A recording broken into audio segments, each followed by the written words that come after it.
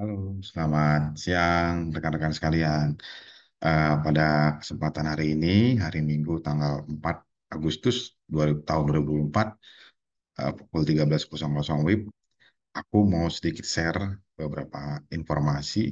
Sharing juga butuh feedback dari teman-teman sekalian. Bagi yang menonton, aku mau feedback sekaligus diskusi gitu kan. Aku menemukan satu artikel menarik eh, tentang em, tentang eh, eh, terbentuknya lubang di jalan, di perkerasan jalan, alasan-alasan kenapa lubang di jalan itu terbentuk di perkerasan jalan seperti itu. Nah, ini kayaknya ini ilmunya ilmu sipil ya, eh, civil engineering ataupun teknik sipil, khususnya konsentrasi pada konstruksi jalan. Nah, tidak terkait juga kepada bidang transportasi jalan, tapi secara specifically itu ke bidang ilmu sipil konstruksi jalan seperti itu. Nah, langsung aja guys, aku share. Aku kebetulan tadi iseng-iseng lagi buka laptop, terus biasa aku monitor Facebook. Nah, karena Facebook aku ini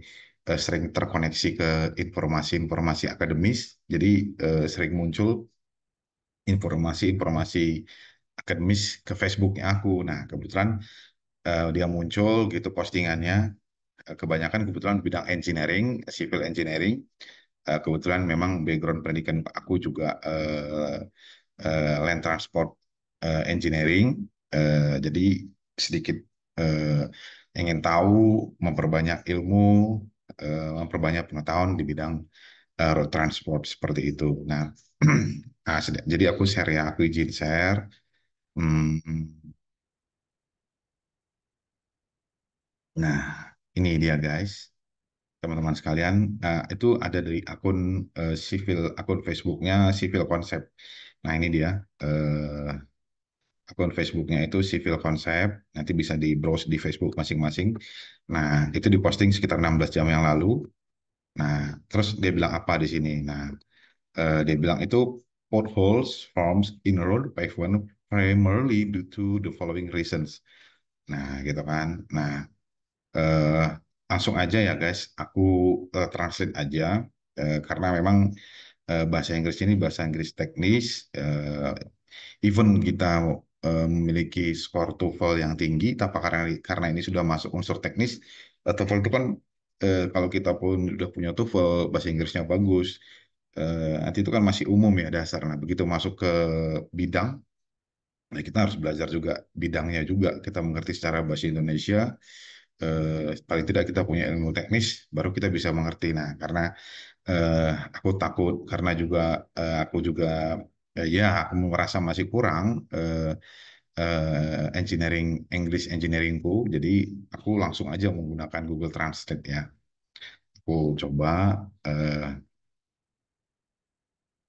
biar lebih cepat dan lebih mudah, langsung aja. Dia bilang begini, one, water infiltration, water seeps into crack in the pavement and reaches the underlying soil.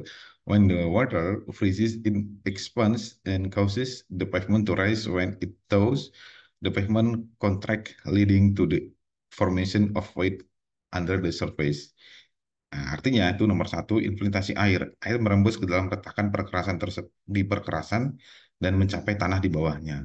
Ketika air membeku, air tersebut mengembang dan menyebabkan perkerasan naik. Ketika mencair, perkerasan menyusut yang menyebabkan terbentuknya rongga di bawah permukaan. Nah, oke, coba kita lihat gambarnya. Eh, nah, ini dia. Ini kira-kira gambar yang cocok untuk menggambarkan informasi nomor satu itu dia seperti ini.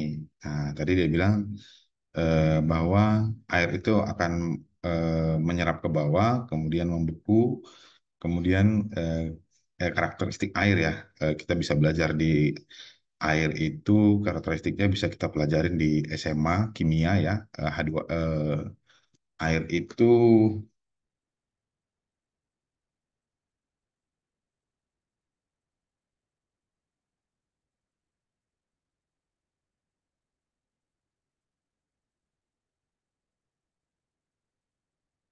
ya, air itu rumus nama kimia itu H2O. Nah, kita harus belajar karakteristik unsur air H2O. Nah, lebih dalam lagi ya seperti apa dia karakteristiknya air. Nah, ini antara air dengan eh, proses fisika ya, konstruksi, construction ya gitu ya. Nah, ini dia air, ini ada lubang, terbentuk lubang, kemudian ada airnya. Nah, ini air ini yang dikatakan tadi seperti itu. Coba kembali lagi guys ke sini tadi. Ya, air merembes ke dalam retakan di perkerasan dan mencapai tanah di bawahnya. Ketika air membeku, air tersebut mengembang dan menyebabkan perkerasan naik.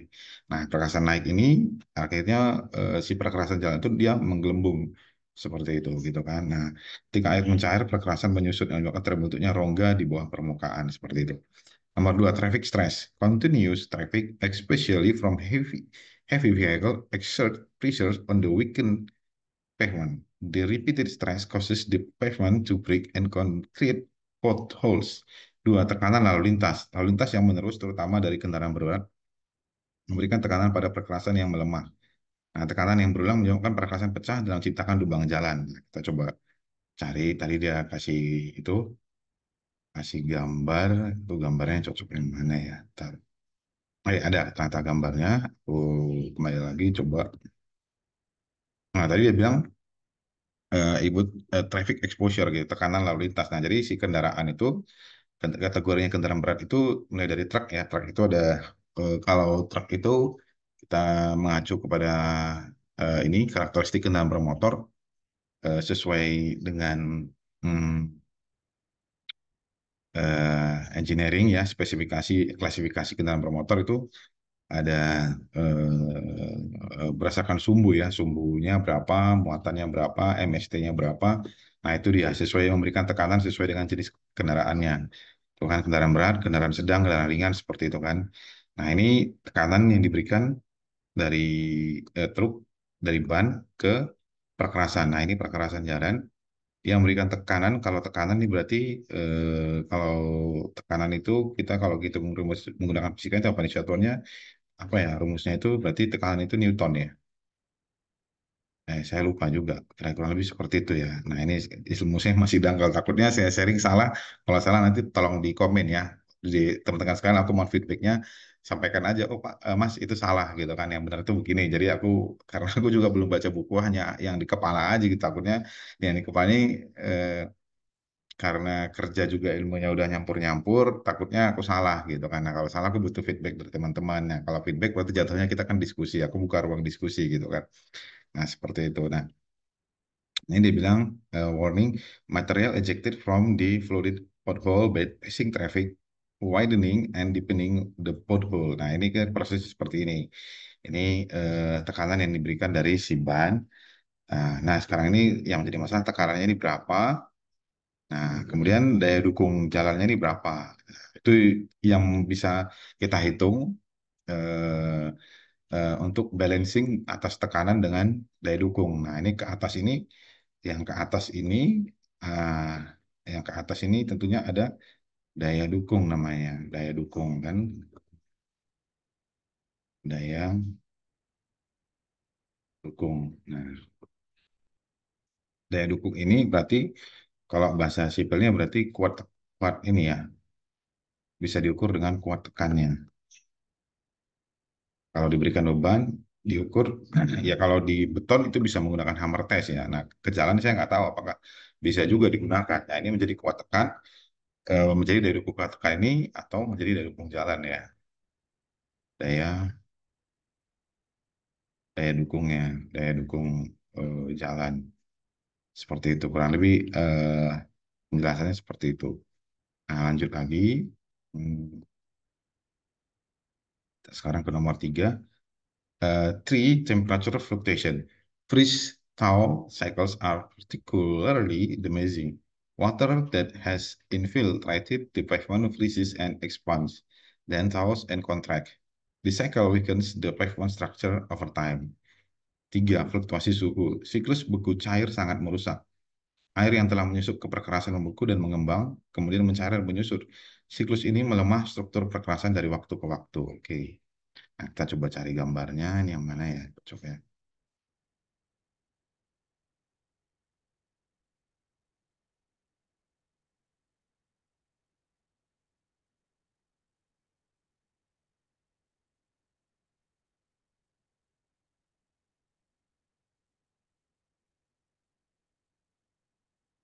Oke, ini aku share lagi. Kalau kalau yang ini kayaknya gambarnya di ke penjelasan kelompok dua tadi ya. Fatigue, moving well load. Nah ini kan muatan bergeraknya. Ini moving well load. Ini ban ini katakanlah di bergerak ke arah sini dengan kecepatan tertentu titik-titik kilometer per jam. Nah dengan beratnya berapa? Berat berarti di sini berapa dia beratnya gitu kan? Titik-titik ton gitu kan. Kemudian fatigue crack initiated. Nah, kalau dia akibat dari lalu lintas dan kendaraan berat itu menyebabkan crack di perkerasan lapisan lapisan paling atas gitu kan. Kalau si aspal itu kan dia terdiri dari beberapa lapisan. Nah, ini lapisan pertama, ini lapisan kedua, dan ini lapisan yang paling atas terjadi crack. Nah, ini dia cracknya di sini. Nah, itu. Nah, warningnya lateral strain at bottom of asphalt as pavement flexes under load. Tanya seperti itu. Oke, nah coba nih lagi. Nah, when vehicle travels over this cavity, the pavement surface crack and falls into the hollow space, leading to the formation of pothole, gitu kan. Nah, ini tadi akibatnya yang sudah terjadi ya seperti ini, gitu kan. Tadi prosesnya itu tadi. Terus, nah ini juga contohnya. Oke, habis gambarnya. Kembali lagi kita lanjut aja ke informasinya. Terus, nah, number four, poor drainage. Inadequate drainage system prevent water from properly flowing away from the pavement. Standing, standing water can seep into the pavement and contribute the pothole formation. Empat, drainase yang buruk. Sistem drainase yang tidak memadai mencegah air mengalir dengan baik dari perkerasan. Genangan air dapat merampas ke dalam perkerasan dan berkontribusi pada pembentukan lubang. Itu kan. Uh, Kemudian yang kelima, aging and wear. Over time, pavement materials degrade and lose their flexibility and strength, making them more susceptible to cracking and potholes. Lima, penuaan dan keausan. Seiring berjalannya waktu, material perkerasan jalan mengalami degradasi dan kehilangan fleksibilitas serta kekuatannya, sehingga rentan terhadap kekeretakan dan lubang jalan. 6. Subgrade failure. If the soil beneath the pavement is unstable or poorly compacted, it can lead to setting and voids that eventually cause the pavement above to collapse and form potholes. Nah, 6. Kerusakan tanah dasar. Jika tanah di bawah perkerasan jalan tidak stabil atau tidak dipadatkan dengan baik, hal ini dapat menyebabkan penurunan dan rongga yang pada akhirnya menyebabkan perkasan jalan di atasnya runtuh dan membentuk lubang jalan. 7. Improper maintenance, lack of regular maintenance, such as sealing, crack, and fixing small issues properly can lead to larger problems like potholes. Addressing these underlying causes through proper construction, regular maintenance, and timely repairs can help reduce the occurrence of potholes. Nah, 7. Pemeliharaan yang tidak tepat. Kurangnya pemeliharaan rutin seperti menutup retakan dan memperbaiki masalah kecil dengan segera dapat menyebabkan masalah yang lebih besar seperti lubang jalan. Menangani penyebab mendasar ini melalui konstruksi yang tepat, pemeliharaan rutin, dan perbaikan tepat dapat membantu mengurangi terjadinya lubang jalan. Nah, uh, oke guys, tadi demikian ya. Aku sharing-sharing terkait informasinya. Uh, Ya, sebenarnya ini karyanya orang lain gitu ya. Aku cuman reading aja. Namun tidak terbuka berdasarkan literatur ya. Aku bilang sih ini literatur. Kalau orang bilang literatur biasanya kan berujuk kepada suatu tulisan akademis, naskah akademis. Nah, tapi ini naskah akademisnya dituangkan oleh Facebook gitu kan. Nah, seiring dengan perkembangan zaman, kita teknologi berkembang, kita kan literaturnya kan nggak mesti dari seperti website-website yang akademis gitu kan. Ternyata di Facebook juga ada gitu kan. Nah, eh, jadi rekan-rekan sekalian, kalau tertarik mau diskusi ataupun ada informasi yang salah aku sampaikan, mohon koreksinya dan rekan-rekan pun kalau mau ada yang mau didiskusikan, aku terbuka. Silakan komen nanti di ini aku tayangan YouTube aku, aku tayangkan di YouTube aku. Silakan komen. Kalau komen nanti mudah-mudahan kalau aku lagi baca pasti eh, aku bales ya, aku pasti tanggepin seperti itu. Baik, terima kasih rekan-rekan sekalian. Semoga informasinya bermanfaat. Selamat siang.